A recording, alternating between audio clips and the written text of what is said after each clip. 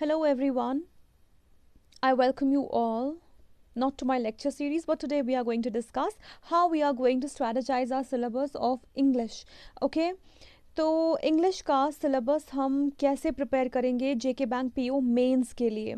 जिन लोगों ने pre qualify किया है डेफिनेटली वो they will be wanting to know how to cover the syllabus of PO mains in English. तो let's just talk about it today. हमारा जो English का सिलेबस है, पहले हम देखते हैं कितना टाइम है हमारे पास, कितने मार्क्स के कितने क्वेश्चंस होंगे हमारे पास. क्वेश्चंस मतलब what kind of questions are we expecting, what will be the level of the questions and how to attempt all those questions. ठीक है, ये सारा हम देखेंगे इस वीडियो में. This is what we are going to talk about in this video. ठीक है, अब पहली बात हम करते हैं टाइम की. टाइम जो है आपको 35 मिनट्स दिए जाएंगे. ठीक है ना. अब जो क्वेश्चंस है या मार्क्स जितने भी वो 40 होंगे. You will be given 40 questions which you will have to do in 35 minutes, within 35 minutes. ठीक है, इसके बाद what kind of questions, level attempt या क्वेश्चंस में से पहले हम बात करते हैं कि जो क्वेश्चंस है वो कैसे होंगे. ठीक है, what sort of questions are we expecting. तो पहले हम बात करते हैं रीडिंग कॉम्प्रिहेंशन की. ठीक है, जैसे आप प्री में देखते हो ना, प्रीलिम्स में आपको एक रीडिंग कॉम्प्रिहेंशन पूछा जाता है और उसका लेवल भी कुछ ठीक ठाक ही मतलब ईजी होता है. लेकिन यहाँ पे you can expect 2 to 3 reading comprehensions. ठीक है, 2 तो होंगे ही होंगे, उससे कम तो कुछ भी नहीं होगा. लेकिन you can expect the third one also. Reading comprehension की बात कर रही हूँ. You can expect third one also. Getting me. एक और चीज, जो ये 2 होंगे, मान लो 3 नहीं 2 ही होंगे, 2 में से एक इजी होगा, एक का लेवल अच्छा खासा होगा, मॉडरेट टू डिफिकल्ट होगा. ठीक है, फिर उसमें क्या करना है वो मैं आपको बाद में बता देती हूँ. इसके बाद जो आपका ग्रामर पोर्शन है, you can expect 10 marks from that. Okay, 10 marks तक के क्वेश्चंस पूछे जाएंगे ग्रामर पोर्शन में, और इवन मोर 10 से ज्यादा भी पूछ सकते हैं. ठीक है, उसके बाद अगर बात करें फिलर्स की, तो आपने देखा था सिंगल फिलर्स भी पूछे जाते हैं प्रीलिम्स में, या फिर डबल फिलर्स भी पूछे जाते हैं. लेकिन यहाँ पर सिंगल फिलर्स का सवाल ही नहीं उठता. You will be given double और ट्रिपल फिलर्स. ठीक है, डबल या ट्रिपल फिलर्स पूछे जाएंगे इसमें, जो कि 5 मार्क्स तक के तो होंगे ही होंगे. फाइन. उसके अलावा सो रीडिंग कॉम्प्रिहेंशन हो गया, ग्रामर हो गया आपका, फिलर्स हो गया आपका. उसके बाद wait a second, rearrangement, sentence rearrangement या क्लोज टेस्ट. ओके, दोनों में से एक पूछा जाएगा, या तो सेंटेंस रीअरेंजमेंट होगा या तो क्लोज टेस्ट होगा. ठीक है, दोनों में से एक होगा.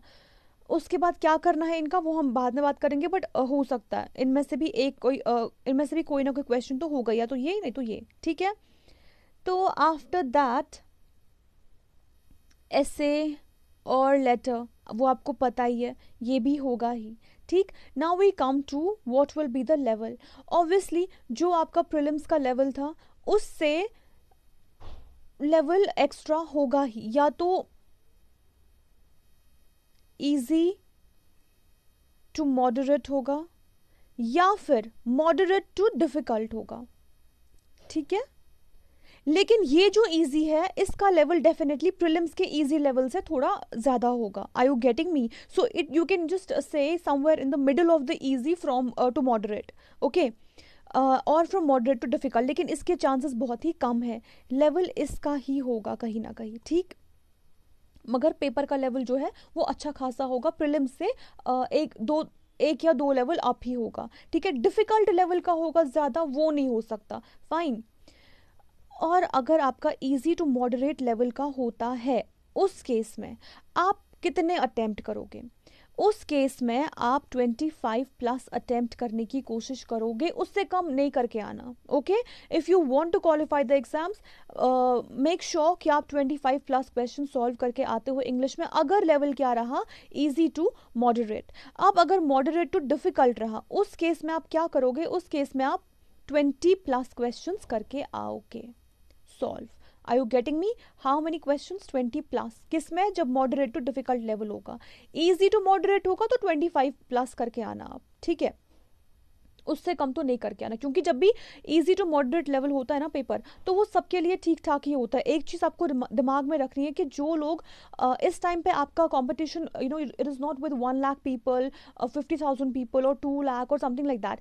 आपका जो what is it called as competition है, वो कुछ ही लोगों के साथ, आई थिंक 750 और समथिंग लाइक दैट, जिन लोगों ने प्रीलिम्स क्वालिफाई किया है, सो दे आर समथिंग।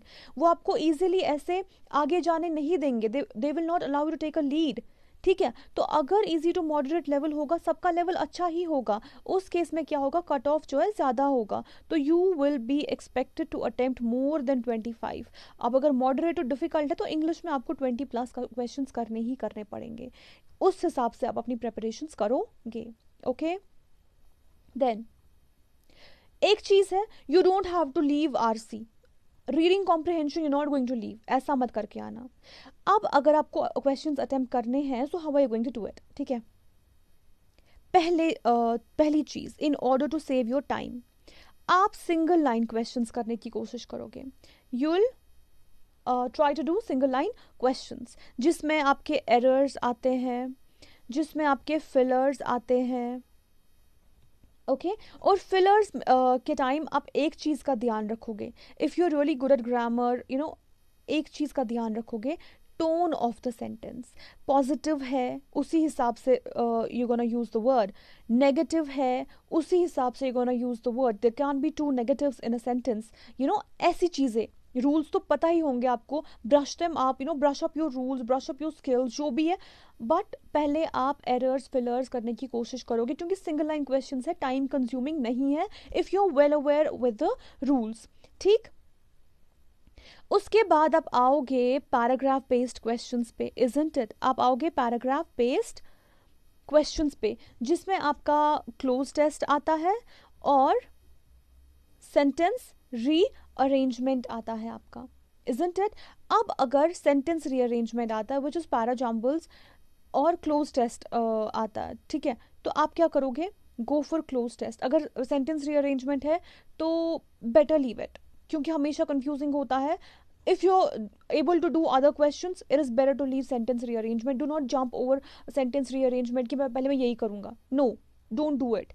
पहले बाकी सारा पेपर कर लो, फिर देख लो कि अगर आएगा तो ठीक, नहीं आएगा just leave it। अगर टाइम बचा तो ठीक, नहीं तो leave it। Okay, cloze test आता है, do go for it। Okay, then ये तो मैंने बता दिया आपको कि रीडिंग कॉम्प्रिहेंशन है, तो you not going to leave it, because reading comprehension में अगर 2 आते हैं ना आपको, 3 तो मतलब हो सकता है आ सकते हैं, बट 2 आएंगे ही आएंगे। इसमें से एक जो है वो इजी होगा और दूसरा जो है वो उसका लेवल मॉडरेट टू डिफिकल्ट होगा। ठीक है, तो रीडिंग कॉम्प्रिहेंशन में आप दोनों ही देखोगे कि विच वन इज ईजियर। जो 2 आएंगे ना, उसकी कंपैरिजन की बात कर रही हूँ मैं, उन दोनों के कंपैरिजन में एक इजी होगा, एक मॉडरेट डिफिकल्ट होगा। ठीक है, तो वो आप, you not going to leave reading comprehension at all, you will definitely attempt. देखना है कि कौन सा वाला ईजी है, कर पाते हो, और वो करोगे ही आप। ओके, आफ्टर दैट और हाँ, इस बारी मेंस में you will not gate, may be you won't get words which you will have to fill in those blank spaces, you will get phrase replacement। ठीक है, इसकी मैंने बात ऑलरेडी की है अपने एक प्रीवियस वीडियो में, फ्रेज रिप्लेसमेंट, जहाँ पर मैंने रीडिंग कॉम्प्रिहेंशन के बारे में बात की, आई गेस, या तो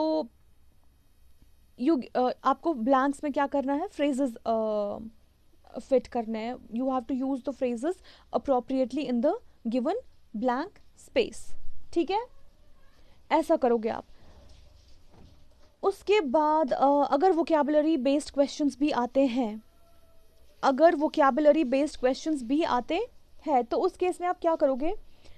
सी, वोकैबुलरी बेस्ड क्वेश्चंस करना इतना भी इजी, इतना भी डिफिकल्ट नहीं है। अगर आप में रूट वर्ड्स की नॉलेज है, तो जिस हिसाब से, कभी कभार आप क्या होता है ना, आपको मीनिंग पता नहीं होता है वो किसी भी वर्ड का, ठीक है, but the way it is used in a sentence, किस कॉन्टेक्स्ट में दिया गया है, सेंटेंस के टोन से आपको पता चलता है इसका मीनिंग क्या होगा। Are you getting me?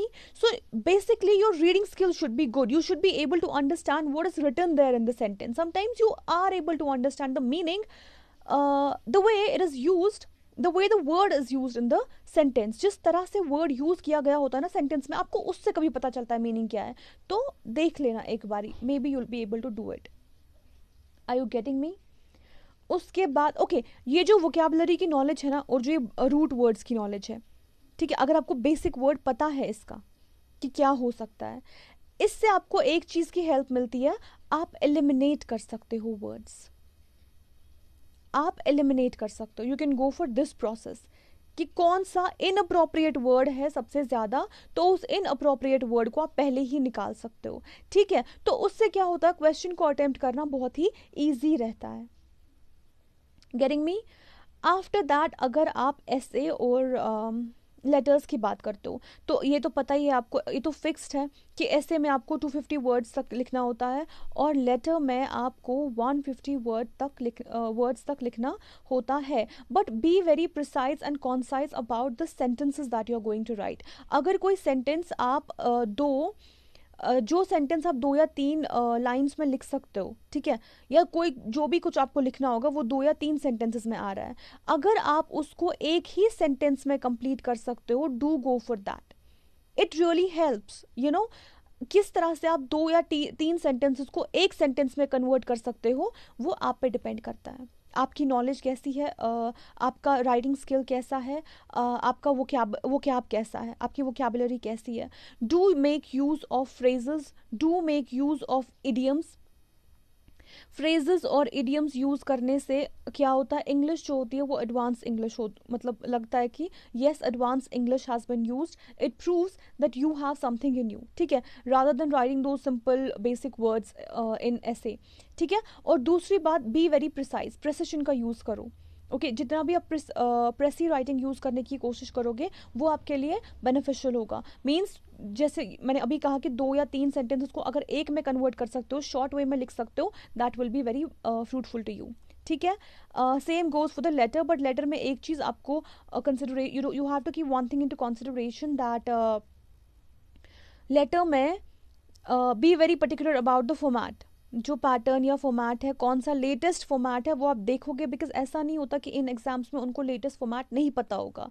Go for the latest formats जो भी है, आपने पढ़ा होगा, आप पढ़ोगे वो सब, तो go for, B very particular about the formats, ठीक। एक और चीज़, अगर आप ऐसे में you know you writing about government, never write anything negative about government, never ever. Why? Because you are going to be appointed there in the government department, in the public sector. जिस department में job करने जा रहे हो उसी department के बारे में नेगेटिव कैसे लिख सकते हो, and how are they going to select you, क्योंकि पहले से ही नेगेटिव इमेज बना लिया आपने उसी डिपार्टमेंट के बारे में जहां काम करने जा रहे हो। So never write anything negative about the government if you have to.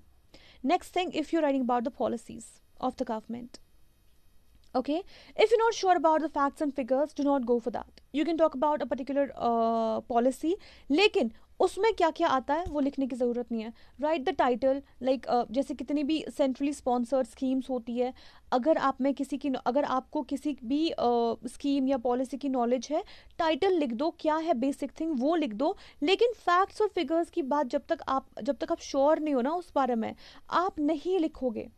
Do not go for facts and figures if you're not sure about it. Getting me?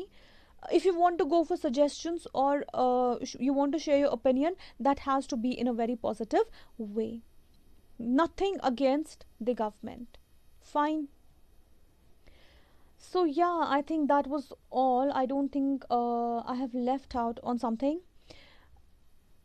एक चीज़ ये है कि मतलब be very calm, be composed, while you're writing a question, while you're attempting the question, जितना आप compose और काम रहोगे उतना ही आप अच्छे से कर पाओगे।